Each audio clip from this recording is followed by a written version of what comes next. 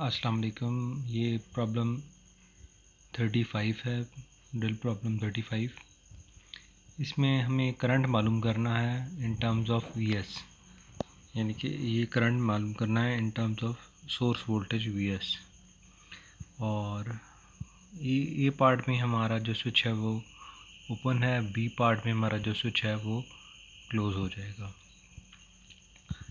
तो हमें गिवन क्या है कि स्विच हमारा क्या है, ओपन है, और जब स्विच ओपन होगा तो हमारा सर्किट इतना पोर्शन, ये देखें, ये पोर्शन ख़त्म हो जाएगा, क्योंकि ओपन सर्किट में करंट फ्लो नहीं करता, तो ये हमारा पोर्शन ख़त्म हो गया। ठीक है, तो हमारा सर्किट ओवरऑल ये बन गया जब स्विच ओपन होगा। तो इस केस में अगर मैश की इक्वेशन लिखें तो -Vs plus 3i plus 6i, क्योंकि करंट सीरीज़ में सेम होता है इसलिए 3i plus 6i equal to 0। अब इन दो आइज़ को ऐड करेंगे तो ये 9 हो गया, और वी एस उस दूसरी साइड पे चला गया तो वी एस डिवाइड बाई 9 आ गया। या इस तरह कर लें, या इस तरह भी किया जा सकता है कि टोटल वोल्टेज, अब करंट इस सीरीज में सेम होता है, और तो करंट किसकी इक्वल होगा, total voltage divide by total resistance. Total resistance series में क्या रेजिस्टेंस एडअप हो जाती है, तो 3 + 6 = 9। तो हमारा आंसर क्या आ गया, I is equal total voltage divide by total resistance. तो ये देखें, यहाँ हमारा आई आ गया in terms of V S. उसकी वैल्यू क्या है, I of T is equal to 1/9 into V S. जी, अब हम आते हैं पार्ट बी पे। पार्ट बी में क्या है, स्विच जो है क्लोज़ है। जब स्विच क्लोज़ होगा तो हमारा सर्किट ये बन जाएगा। अब हमें I in terms of V S लिखना है। अब यहाँ स्विच क्योंकि क्लोज़ हो गया है तो यहाँ हमें एज्यूम करना पड़ेगा, तो यहाँ जो करंट है वो आई एस ऑफ टी है, और यहाँ मैं उस जो करंट है उसको मैं आई वन ऑफ टी का नाम दे देता हूँ। अब मैं मैश की इक्वेशंस लिखूँगा, मैश 1 मैश 2 की। पहले मैं मैश 2 की लिख लेता हूँ।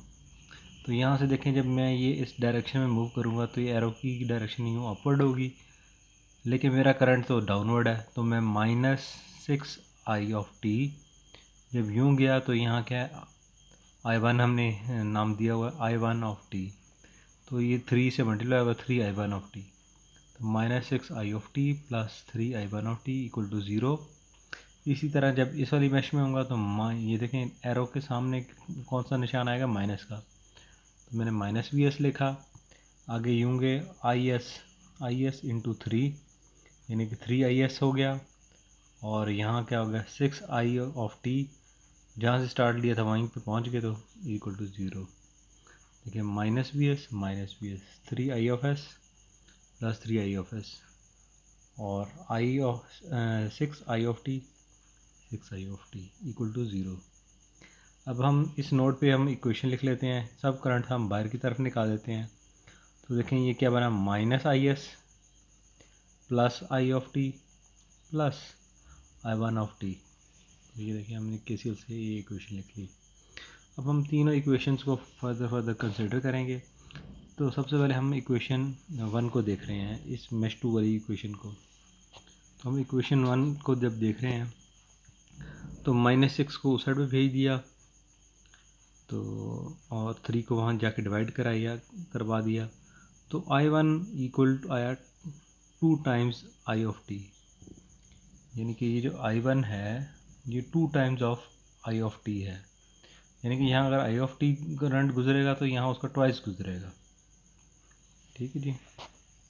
अब इसी I1 ऑफ टी की वैल्यू को हम पुट करने जा रहे हैं इक्वेशन 3 में। I1 ऑफ टी की हमारे पास वैल्यू आ गई है। इस I1 ऑफ टी की वैल्यू यहाँ जब पुट करेंगे तो जब 2i ऑफ टी पुट करेंगे तो ये इन दोनों प्लस हो जाएंगे, तो ये देखें क्या आ जाएगा 3i ऑफ टी। अब हम क्या करेंगे, इस इक्वेशन को फर्दर सिंप्लीफाई करेंगे जी। अब 3 को साइड पे ले गए तो -3i ऑफ टी, माइनस से माइनस कैंसिल किया, आई एस किसकी इक्वल आ गया 3i ऑफ टी। अब जो आई एस की वैल्यू है इसको हम मैश 1 की जो हमें इक्वेशन है उसमें हम पुट करते हैं। वो क्या है, -Vs plus 3i of S था, और प्लस 6i, तो आई ऑफ एस की यहाँ वैल्यू पुट की, तो ये कितना हो गया, 3 इंटू 3 9 हो गया। अब इन दोनों को देखें, हम प्लस कर लेंगे, ये हो गया 15 आई ऑफ टी। अब आई ऑफ टी हमने निकालना था in terms of V of S, तो वी एस ऑफ एस को साइड पे ले गए, माइनस था तो वहाँ जाके प्लस हो गया, 15 वहाँ जाके डिवाइड हो गया, और ये हमारा फाइनल आ गया I of T in terms of V S. उसकी वैल्यू क्या आई ऑफ टी की 1/15 इंटू वी एस। काइंडली मेरे चैनल को सब्सक्राइब करें, लाइक करें, शेयर करें, कमेंट करें।